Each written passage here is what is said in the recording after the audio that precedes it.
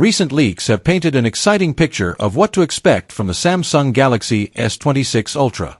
Contrary to earlier rumors of a massive 7,000 mAh battery, a more credible tip now suggests that the S26 Ultra will likely come with a 5,500 mAh battery, a 10% upgrade over its predecessor, which appears to be a more practical choice for maintaining a sleek design and efficiency.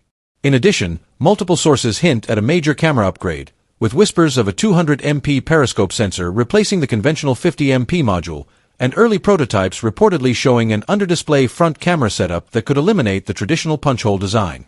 There's also chatter about a possible shift in the processor strategy.